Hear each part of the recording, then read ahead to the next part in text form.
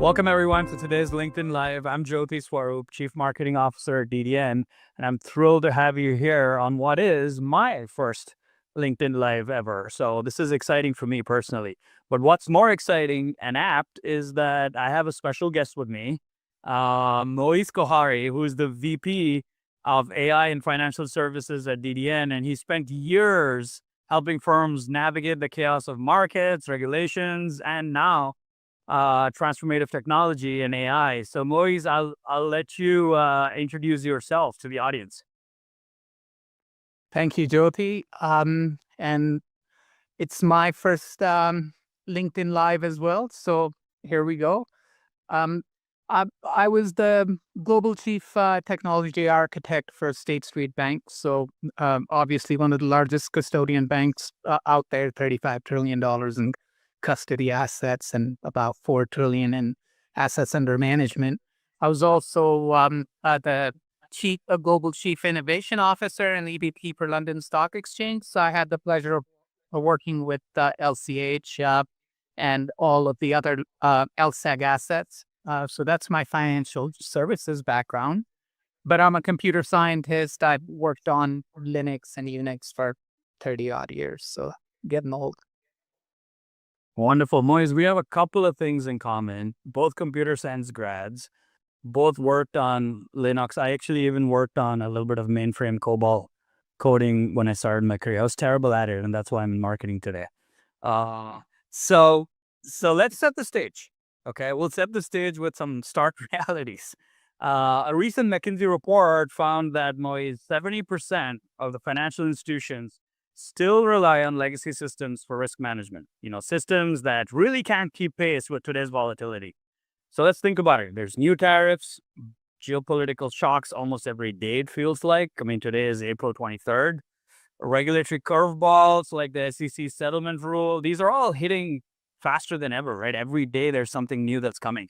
So risk isn't just a line item anymore, it's systemic. It's right at the core of everything financial institutions are facing today. And if you're still kind of reacting instead of anticipating, you're behind. You're already behind.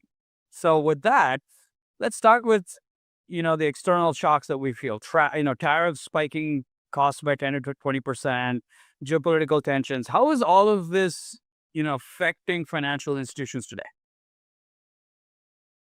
So, I mean, we can spend days on this subject and people spend lifetimes. But at the end of the day, right, look, why did all kinds of regulations emerge and why is every major institution doing risk management? The answer is simple.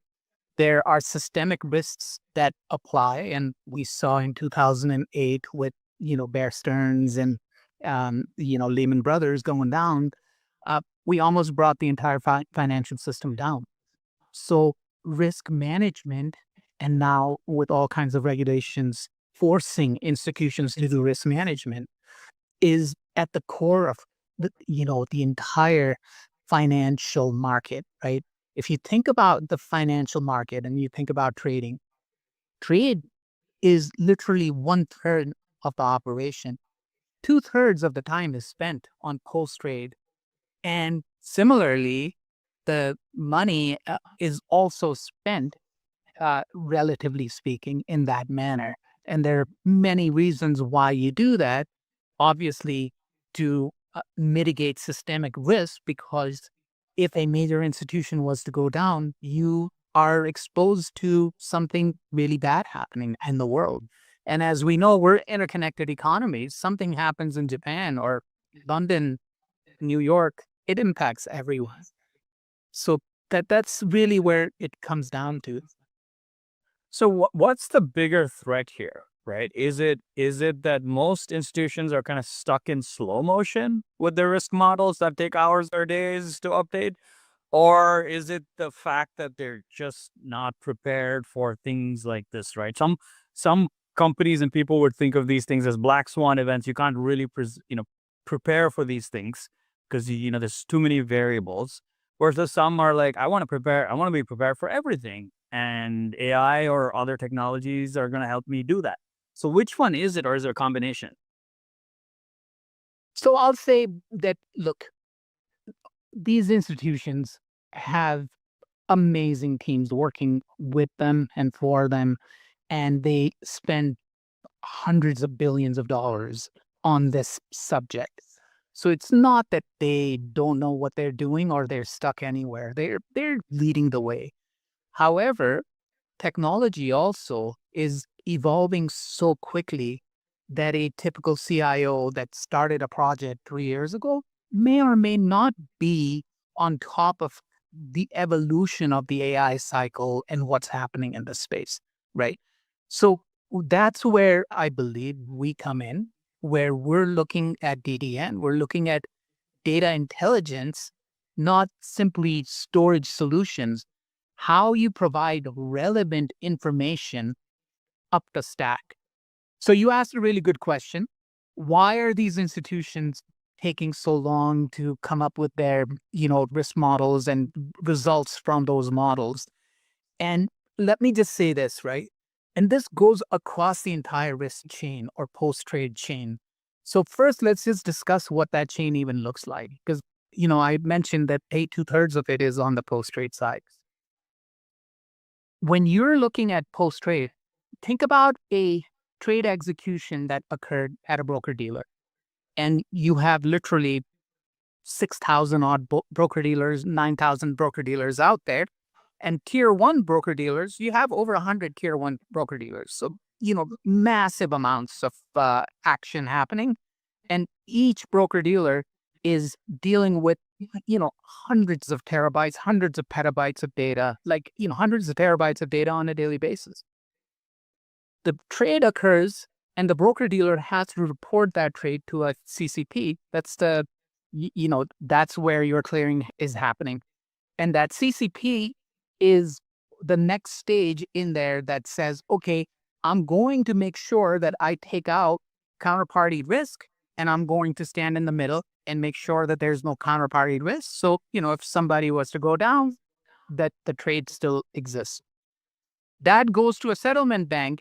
That settlement bank says, hey, I'm going to do the transfers that need to occur, do Fedwire, whatever needs to occur.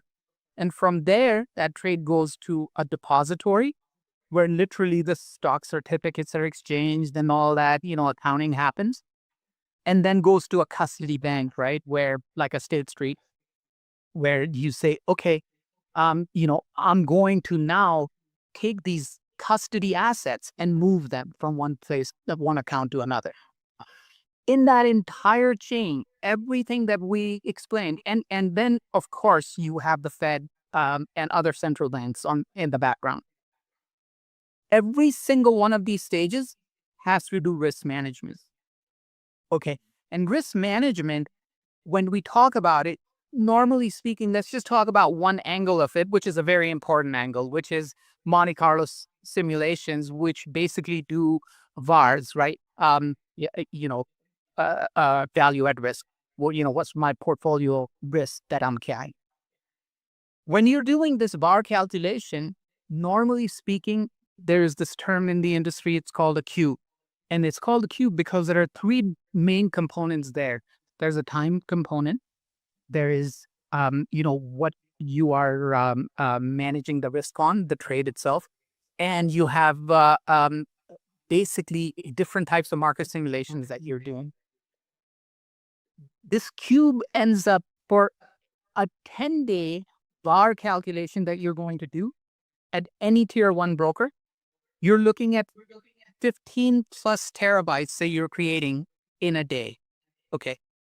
And, or much more, because you can imagine you might want to do more, instead of X 100,000 variables for one variable, you may want to do 1,000,000. It explodes, the data explodes. How does your architecture make sure that it can keep up with that data explosion? And it's not just the data explosion. When you're doing these calculations, you want to see, okay, how does that calculation apply to a particular portfolio? And is there a counterparty risk, right? Could somebody go down because, something happened? Fed raised or dropped X number of basis points. Japan announced something.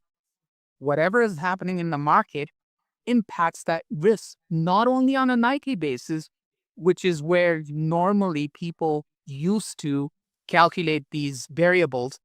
It's actually happening on an intraday basis. Now you tell me, Jyoti, intraday basis, you want to do it every hour? You want to do it every 5 minutes? You want to do it every minute? You want to do it every second? The data explosions is insane. Okay. How do you keep up with it?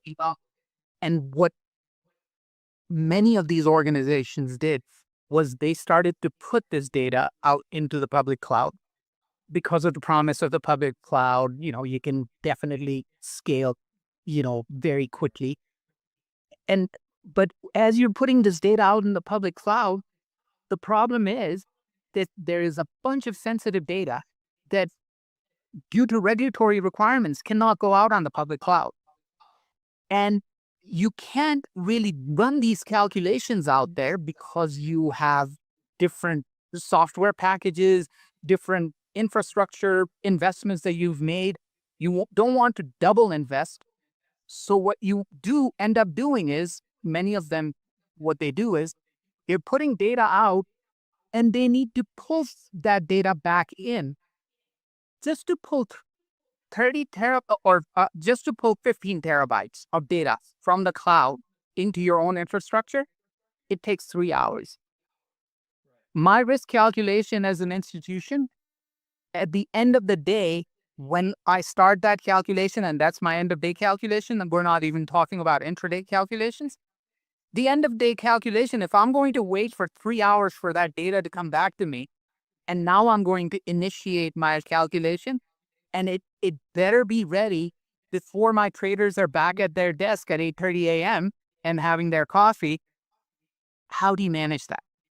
This is where an architecture that actually allows you to scale linearly and gives you the ability to have a hybrid cloud environment where you can go in a public cloud and have data in your private cloud and be able to manage that based on, appropriate authentication and security is absolutely critical. And can you do that fast enough? Right? Because we just discussed, I can blow up your data state to any levels necessary based on what my traders are looking for. Right, Moise. So there's a lot to unpack there. So we'll get to the cloud in a second. So you talked about data explosion. You talked about processes and regulatory requirements, right? And there is workflows. Every bank, every financial institution has their own workflow, and now they're increasingly becoming AI workflows because they're automating the heck out of everything that they have by leveraging technology. And then there are external factors that they don't control. As much as we feel like we're in control, risk management is as much about internal risk as external risk, right? So walk me through, let's just unpack these things before we get into the cloud and AI. Let's walk through, your background leading, a top tier stock exchange in your past. Walk me through, when you wake up in the morning as a leader today, what are like the top priorities that you should have? What has kept you up at night previously? What should get you excited, right after your coffee in the morning, in terms of, hey, listen, the world of AI and the world of real-time data exploration is moving so fast. What should I be thinking if I'm the head of a financial institution or the head of technology in a financial institution in terms of risk management? So what is exciting is the fact that you now have the ability to take as many factors into account and do calculations in real time. So forget about AI. We can come to that, because what am I going to use AI for? I can use AI around, large language models, so natural language processing capabilities, and how I do reporting or how I decipher reports from people, and how I do predictions. We'll come to that later. However, just from a normal infrastructure point of view, right? My ability to have the ability to ingest as much data as can be thrown at me, given all of the latest technologies from interconnects to other things, and then be able to persist that information and then have calculation engines, whether they be GPUs or normal CPUs, that I can scale on demand is really, really critical, right? And how I start to do that and how I ensure that I can do that across thousands of my clients, because I'm doing that on a portfolio basis, right? And I'm looking at, given a particular trade that a client made and some event that happened in the world, can I correlate that and see what the portfolio impact would be? And do my margin requirements change? If my infrastructure is unable to keep up with those types of things, I'm going to be up all night, because at the end of the day, right? Think about a State Street. One of the biggest challenges we faced was nightly reconciliation. We had hundreds and hundreds of clients, billions and billions of dollars, right, moving. And we needed to make sure that our books were down to the penny exactly what their books were saying. That reconciliation process can take so long. And if it's not complete before the beginning of the next day, end of day processing, right? Someone is getting fired, most likely the CEO. These are real. I mean, that's the true definition of time is money, right? The faster you can do this, the faster you reduce your financial risk. So that actually brings me to the next topic, which is financial risk versus regulatory risk, and that balancing act, right? When everything's going swimmingly, people are just focused on their top and bottom lines, right? How do we make sure that we're making the most money and making the most profits, etc. But in a chaotic regulatory environment like the one we're in right now, it's like, how do you balance the two? Because they're two very different beasts, right? And one is not controlled by you at all, and it comes at you like every day in newsflash. So how do you balance those two? And what is the role of technology in balancing those two? Look, you're absolutely right that, um, you know, chaotic times present opportunities and challenges. And we're right in the middle of one. Say what you will about tariffs. You may be for it, maybe against it. I have my own opinions on it. Doesn't even matter. However, when a news flash comes in and says, we just doubled our tariffs on China or something, how do I see what CCP actions might impact things, right? And how they impact things. The way to think about it, it's still the same, right? These are additional variables that are coming into your calculation. Can I do my nightly calculations or hourly calculations and give it 5,000 or 5 million scenarios?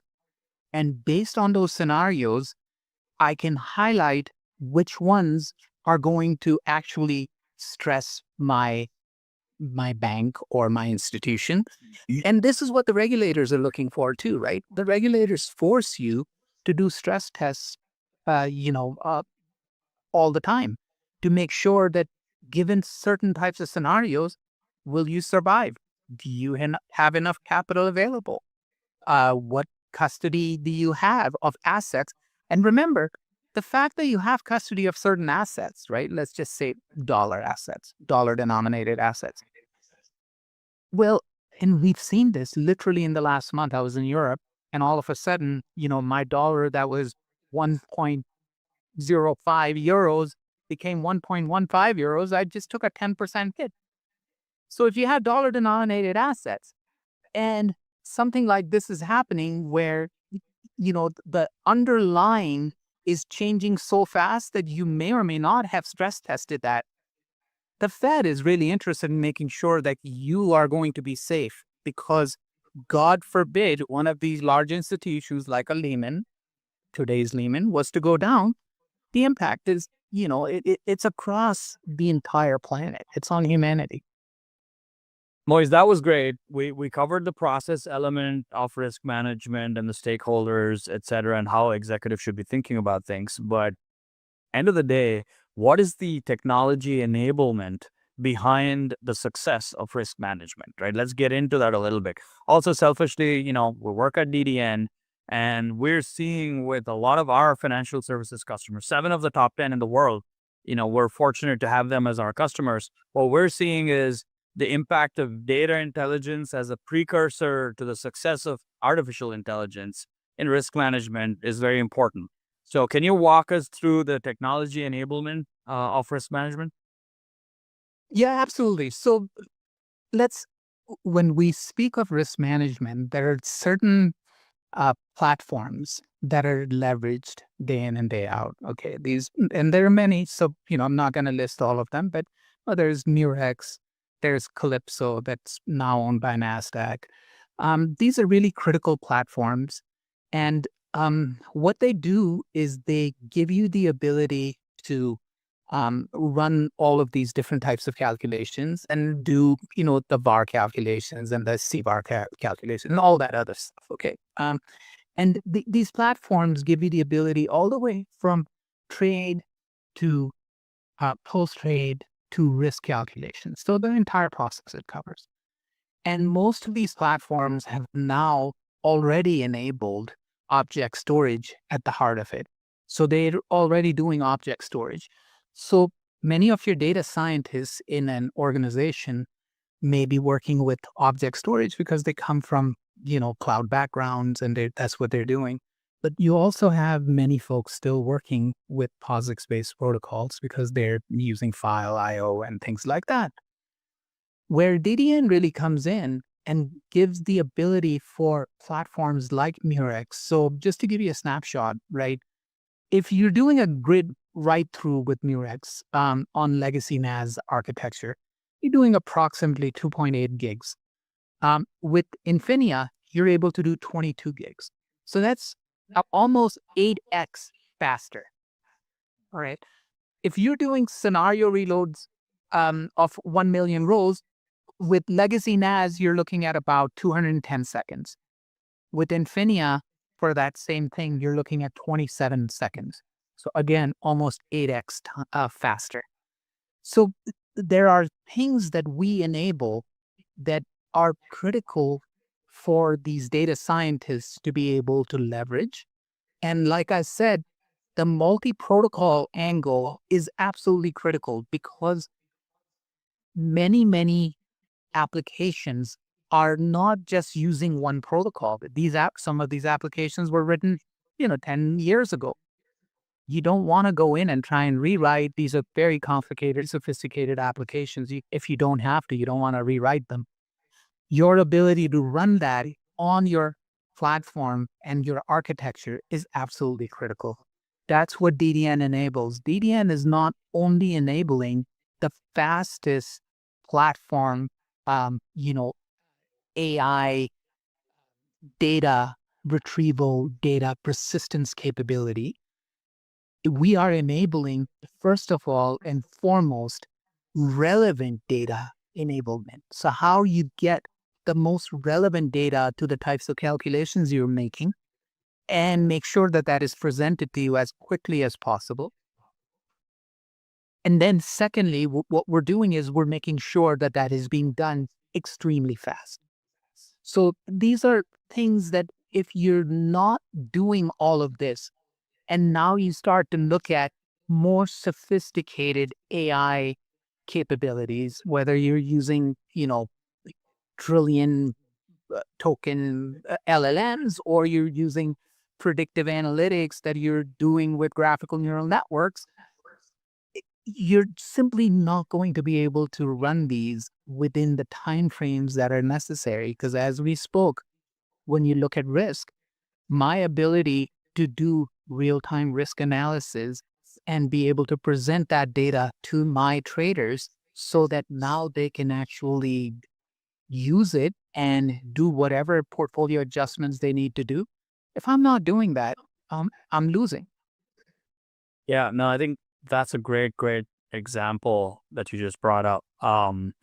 Multi-protocol data ingest, ensuring that your technology is not just forward thinking and embracing everything new, but is able to carry forward all your previous investments. right? Whether the applications that were written 10 years ago or the data that's sitting there from 10, 20 years ago. You're able to leverage all of that.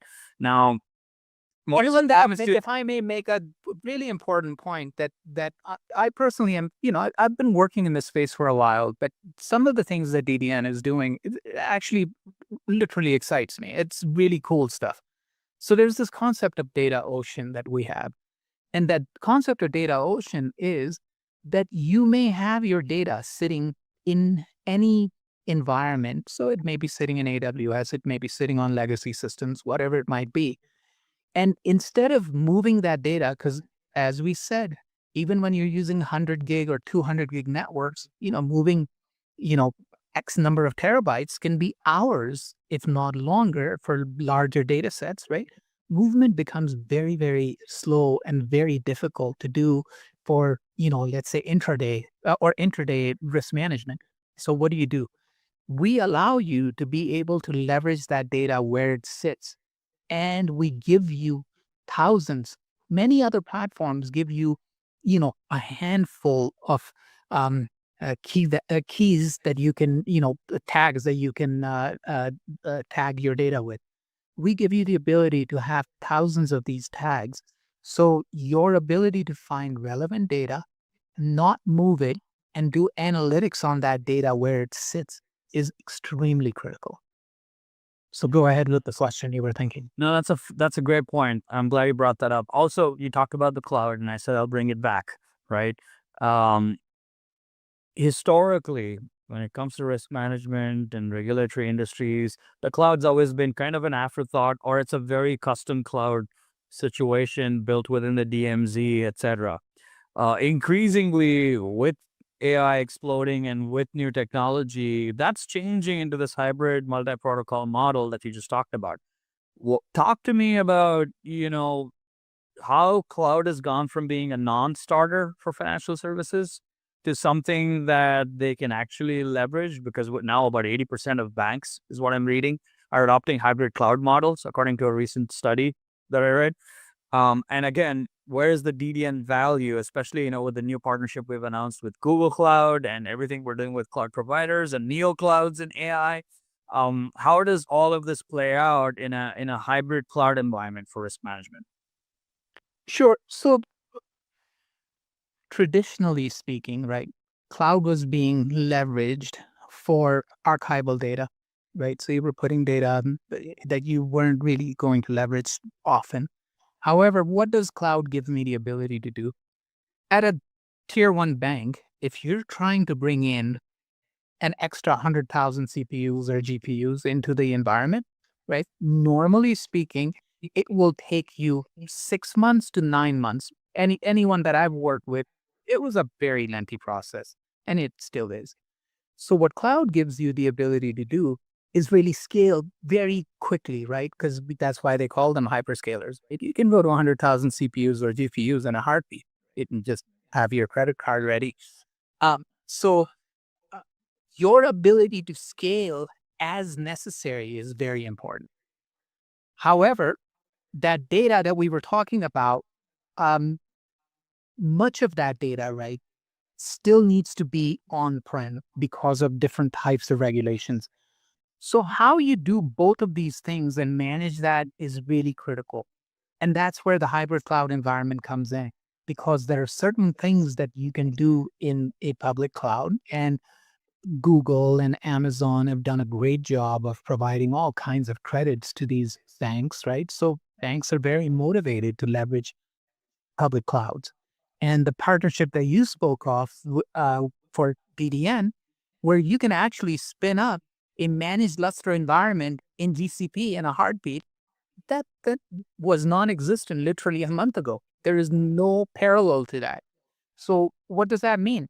You want the fastest platform on the planet to be spun up that was only available to the largest supercomputers on the planet in the past. And you want to spin that up in a heartbeat with Google, you can go and do that right now. That's kind of amazing. And on top of that, now you want to do hybrid multi-protocol environments where you are able to keep your sensitive data on-prem and run analytics and make sure that those analytics are available to your people as quickly as possible, you can do that.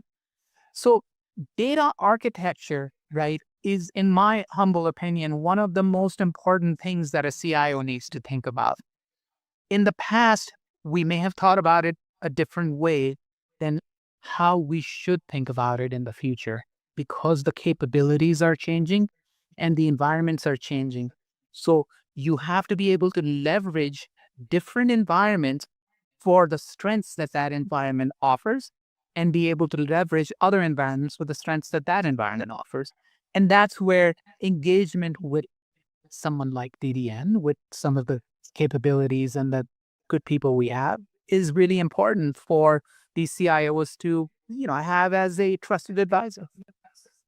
Yeah, no, that makes a lot of sense. I mean, the data architecture consideration that you mentioned is a great piece of advice, right? And I think as I summarize our conversation here today, I can't believe we've blown past almost 30 minutes talking to each other here. We've covered, market volatility, tariffs, AI, cloud, systemic gaps. But, some of our listeners, especially leaders, are looking for a starting point. If you're a CXO or a VP, or director, or whatever your title might be in the financial organization, what are the 3 must-do actions / considerations that, that they need to think about when they're thinking about transforming risk management from a reactive headache to a strategic advantage for their company? Yeah, I mean, I think you said it, which is that, first of all, right, do an assessment of where you are, right? What does your data architecture look like today? Okay. Now, do a real assessment of where you want to go, right? And that doesn't need to be today, right? We're not trying to change the world in a day, but have a realistic assessment of where do you want to land in the next 12 months, 24 months, and then engage in a real conversation as to how you take a stepwise approach and show intermediate results in months, weeks, to get to that state.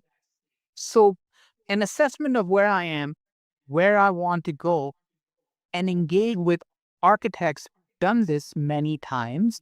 And I know that most of these folks have those capabilities internally. So externally, you're bringing in trusted advisors that are not just waving hands, but actually helping you implement some of this stuff and be able to look at that. I think that's probably the best thing to do, because your requirements define and describe where you need to land, right? If your requirement as a broker-dealer is that, hey, in order to manage risk and let's say the Twitter risk, right? Where some tweet comes out and how do I respond to that? And how long does it take me to respond to that risk? My end of day processing of that risk is useless, right? I need to be able to handle that within minutes, if not shorter timeframes. So how do I do that? And engaging with us and allowing us to help you think through that would be amazing. Wonderful. Moise, thank you so much for spending these 30 minutes with me in what is my first LinkedIn Live. I thoroughly enjoyed our conversation, and it's just the first of many we're going to have. And to our audience, the world's not slowing down, and neither should you as you approach risk. So at DDN, we're not just watching these trends, but we're building AI and data infrastructure for financial companies all over the world so they can act with precision, at speed, at scale. So if today, our conversation between me and Moise sparked an idea or a question, drop it in the comments, reach out to us. Let's keep this conversation going. We'll be hopping on LinkedIn Live more often. So thank you for joining us, and we'll see you next time. Look forward to it. Thank you, Jyoti.